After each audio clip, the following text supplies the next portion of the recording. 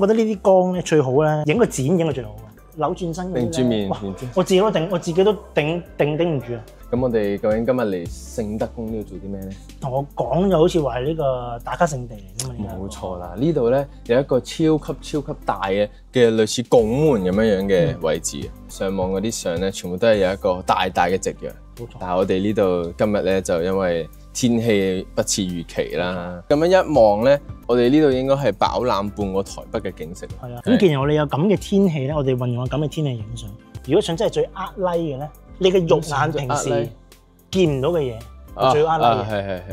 我諗緊而家啲 AI 功能咧，會唔會將個夜晚咧變做晴天地？我試下閃電啊！我都好勁喎，好有 feel。有我呢個北極光嚟嘅呢個，呢個有北極光咩料啊？我呢個先北極光啊！我哋而家仲有另外一個地點，係全台唯一嘅貓廟。喺市區入面有咁大，真係好大呢個規模。